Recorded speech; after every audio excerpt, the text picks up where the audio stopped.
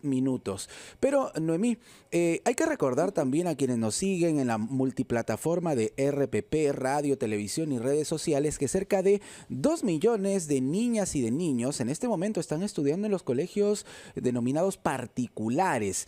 Y sin embargo, según se señala, muchos de ellos están en riesgo literalmente de desaparecer debido a una normativa que se está pidiendo, por cierto, que sea derogada. Vamos a conversarlo con Yanina Silvia Miranda Lazo, y es educadora, presidenta del Grupo Impulsor de la Educación Inicial, presidenta de la Asociación de Promotores de Educación Inicial en el Perú. Yanina, ¿cómo estás? Muy buenos Buen día, días, muy Janine. buenos días Jorge y Noemí. Muchas gracias a RPP por la invitación. Y sí, actualmente tenemos normas vigentes desde el Ministerio de Educación que atropellan la educación privada del Perú. Estas normas sobrereguladas, que obviamente no pertenecen a nuestro país, están solicitándonos, por ejemplo, cosas tan absurdas como si de piso a techo te faltan 10 centímetros, te cierro, procesos administrativos. Si, por ejemplo, la infraestructura, están solicitando a estos maestros y maestras, emprendedores de nuestro país, ¿no?, que tuvieron la posibilidad y la oportunidad de hacer empresa y contribuir a los impuestos, contribuir con nuestros impuestos. Esto se dio hace 30 años. Esta normativa desde 2020 nos está perjudicando. Entonces yo digo, ministro de Educación, ministro Morgan Quero, ¿qué pretende? ¿Seguir hostigando, seguir asfixiándonos con Yanina, estas pero a ver, normas? vamos a parar ahí un minuto porque efectivamente se comprende todas las objeciones que puedan presentar los promotores de colegios privados particulares, pero también es cierto que se encontraron, por ejemplo, que se habían, no sé, levantado colegios prácticamente en casas que no estaban adaptadas para este tipo de actividad. Eso es una realidad también. Sí, justamente me gustaría aclarar este tema porque, en primer lugar, decirle al ministro de Educación que somos formales. Y como somos formales, tenemos licencia de funcionamiento y resolución. Y para obtener una licencia, Jorge, necesitamos pasar todas las normas de defensa civil y DICSE, ¿no? Ajá, ok. Y además, que todas las aulas y los ambientes estén preparados, porque hay una confusión. Nosotros sí queremos que que vayan en contra de los informales, aquellos que no tienen un permiso, que no tienen una resolución, que probablemente están trabajando en cada esquina sin ser regulados. Claro. Nosotros somos los más regulados. ¿No? Entonces, lo que nosotros buscamos es que se derogue esta normativa. Ya hemos tenido la oportunidad de conversar con el ministro Quero y hemos visto que, bueno, de su parte no conseguimos, no hay esa voluntad.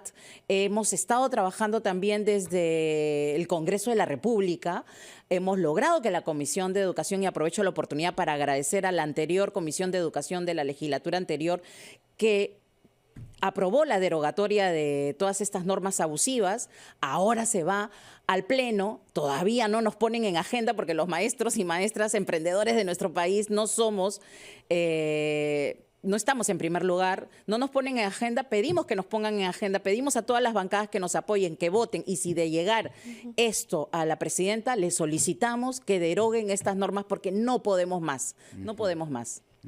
¿Cuáles son, profesora Miranda, otras observaciones? Porque, por ejemplo, vemos en el tema de la distancia de las carpetas de 2 metros. En todo caso, si es un salón pequeño, estaríamos hablando de poquísimos alumnos. Noemí, te comento, nuestra realidad de las aulas en un país tan diverso como el nuestro, de costa, sierra y selva. Es más, acá en las zonas urbanas, periurbanas, ¿qué le podemos pedir a un aula? Yo me pregunto, sí, es cierto, piden de 2 metros de distancia. Ajá.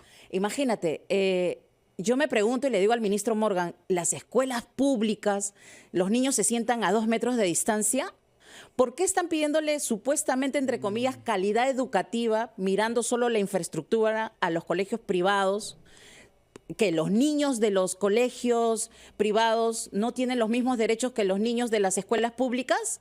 ¿Por qué nos sobreexigen a nosotros y no el ministro se preocupa en resolver la situación de las escuelas que se están cayendo, muchas de ellas? Vemos cómo están nuestras escuelas en todas nuestras zonas públicas, pero a nosotros pretenden con el lema de buscar la calidad sobre regularnos. No, yo estoy completamente segura que ya hay una premisa de querer cerrar a todos los ¿Y por qué? medianos y pequeños empresarios. Pero ¿por qué? ¿Por qué existiría esa premisa? ¿Cuál sería el interés de cerrar los colegios particulares privados de nuestro país? Hay algo que nos respondió el ministro y dijo que ellos sí están preparados para recibir a 2,5 millones porque ya lo han demostrado en pandemia.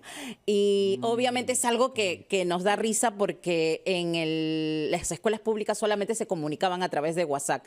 Los colegios privados hemos invertido para tener plataformas de aulas virtuales y poder dar esa calidad, ¿no? Entonces, ellos nos están a nosotros mirando de una manera, nos están discriminando. Y además, ¿por qué no decirlo? ¿A quiénes se quieren favorecer? ¿Quiénes van a coger esa matrícula? Sabemos que hay una norma también del año pasado que otorga a los gobiernos locales, va a otorgar el manejo de las escuelas públicas, de esas nuevas que se están construyendo, ¿sí? Y también a algunas empresas privadas. O sea, les doy el local, les doy todo, les pago a sus maestros y tú trabajas. Probablemente nuestra educación corre el riesgo de convertirse en un monopolio.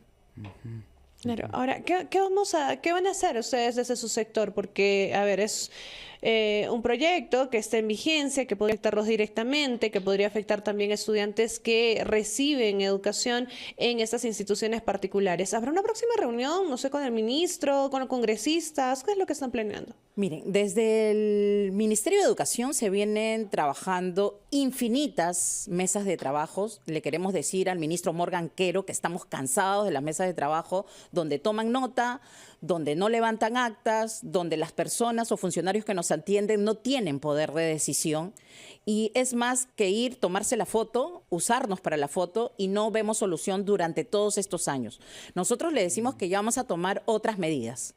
Vamos a salir, vamos a levantar nuestra voz porque no nos escuchan. Desde la parte del Congreso sí, esperamos que todas las bancadas que se pongan en agenda y que voten por esta derogatoria de estas normas abusivas que vienen afectando y hostigando y nos tienen cansados a nosotros que en verdad trabajamos por una educación de calidad.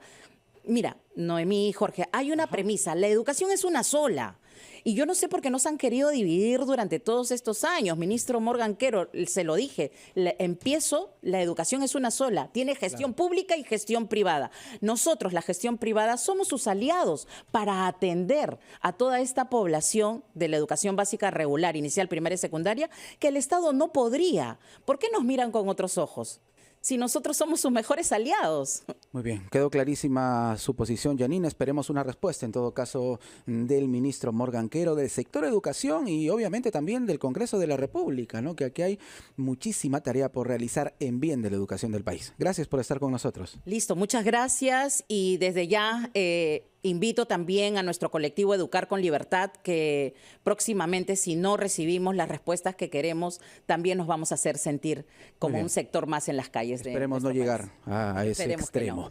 que no. Yanina Silvia Miranda Lazo, educadora, presidenta del Grupo Impulsor de la Educación Inicial y presidenta también de la Asociación de Promotores de la Educación Inicial en el Perú, con nosotros aquí en La Rotativa del Aire y en RPP.